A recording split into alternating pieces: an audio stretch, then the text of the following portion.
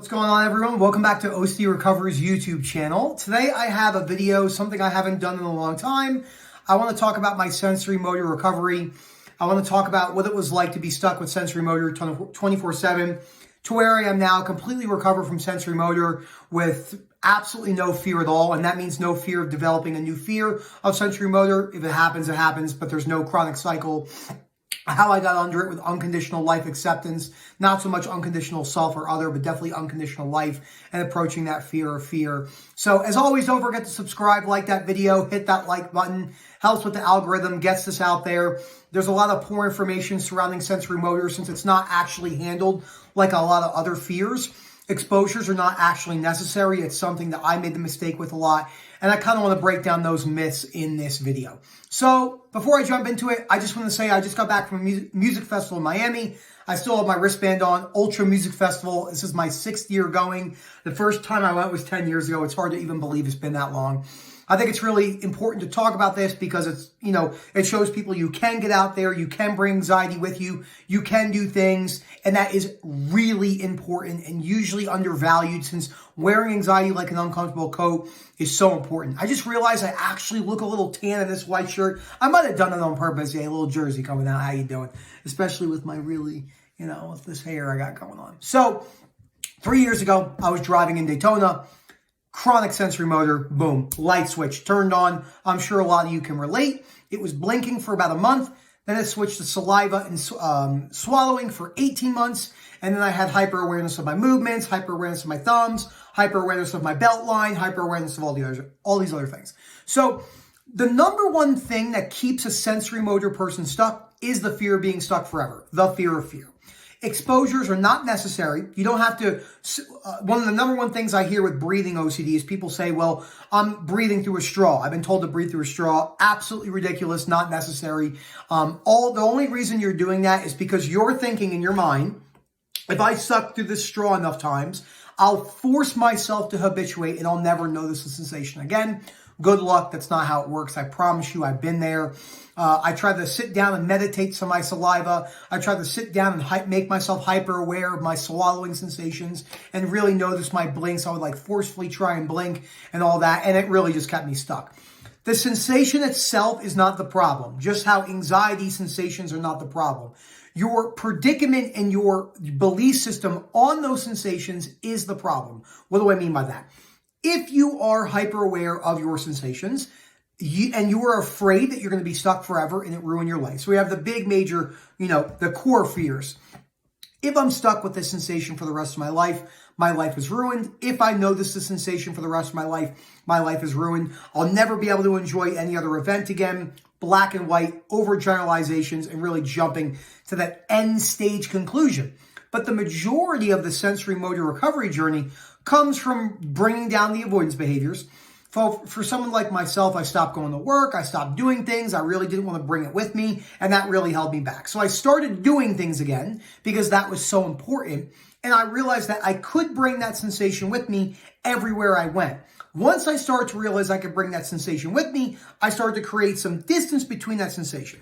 Now, it's also important to talk about this. People ask me all the time, especially in the sensorimotor webinars, which I talk basically the entire time until we answer questions, obviously at the end.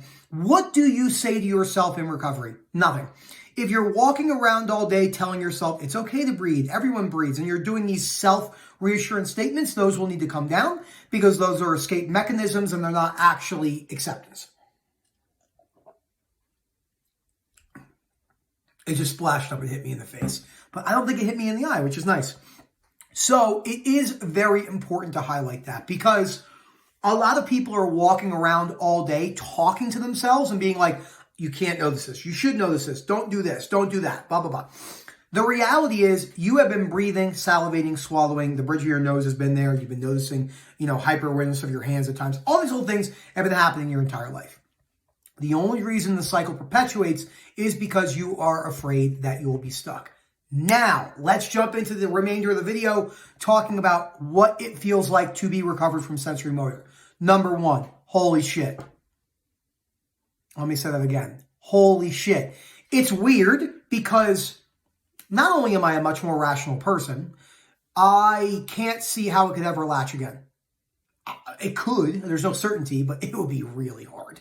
I mean, there's been times where it's tried to stick again. It tried to stick a little bit at the music festival because it knew I was having such a great time. But I don't need to talk to myself. So there's no chronic cycle, no chronic anxiety perpetuated with that cycle, no fears, no panic, I don't have to do anything to maintain it. I don't have to talk to myself. I don't have to do 10 mantras a day. I don't have to meditate. I don't have to be mindful. I don't have to do anything.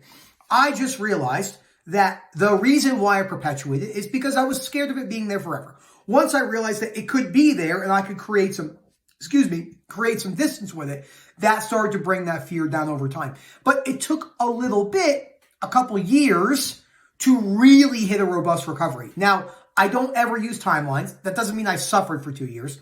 I suffered really badly for a year or so. And then once I actually started taking my recovery seriously, it took about another year or so to really get to a really good spot. And then another year to be like, holy shit, this is crazy. There's no cycle whatsoever at all. No lingering or anything. That is true recovery from a theme. True recovery from a theme is no fear, no cycle, no anxiety. The intrusiveness loses its intrusiveness. You're not scared of it coming back. There's no fear of fear. Because if fear of fear isn't addressed, there's always this possibility that it can come back. And that is a problem for a lot of people because they run, they get better, they dip out, they're like, see ya, run away. They Usain Bolt the other direction, and that's a problem. I don't got to run anywhere. I could talk about sensory motor all day long, 24/7 with people, talking to them because there's no fear. The fear is not there because I saw through the fear, through RBT, CBT, Stoicism, realizing that there's no special universal law why I can't have OCD. There's also no universal law why I can't suffer with OCD again in 25 years from now. We have no idea what's going to happen. Some event might happen. It might trigger something. Who knows? If it happens, it happens. If it doesn't, it doesn't. The end. So that is the important part about living in the now. But it's also important to realize that the now is not the only important thing when it comes to OCD recovery. Because if you get caught up in the now the whole entire time, you might as well be a Buddhist monk, and none of us are Buddhist monks. But mindfulness is definitely important. But on the other token, mindfulness is probably the least important for sensory motor. You're already so internalized. It kind of feels like you're being waterboarded, a torture technique. People always ask me, what was it like to suffer with saliva, OCD, for so long? Take 2 Capri Suns, stick them in, put them outside your mouth, and squeeze 24 hours a day, constant, with high anxiety. People would say to me, holy shit, that sounds like it sucks. I said, it did suck. But then I realized that the suck and the suffering could have some benefits. Could teach me patience, could teach me how to calm down, could teach me to be more rational. So there's all these different benefits that came from it, and that was super important. So I hope you enjoyed this video. Don't forget to like and subscribe, comment down below. You could be like, holy crap, Nick, I can't believe. Remember, I was in the mental hospital 3 years ago with sensory motor. I went to the mental hospital with sensory motor. I can't even imagine going to a mental hospital anymore. It was a cool experience, I won't lie. I know a lot of people are afraid of that. If you want to see a mental hospital video, comment down below. I'll tell you about my luxurious 96-hour mental hospital stay, which I've talked about, but I'll do a specific. So to recap the video, a couple things. Number one reason you're stuck, fear, and conditional life acceptance. You're afraid you're going to be stuck forever, and you're afraid it's going to ruin your life. Exposures are not necessary. You don't have to be hype. Make yourself exposed to the sensation. The only reason you're exposing yourself to that sensation, which I have found working with a lot of sensory motor sufferers, is that they're trying to habituate. If I just habituate and I run and I never notice it. Number 3, it's not about never noticing the sensation again. You've been noticing it your entire life. That's not the real thing.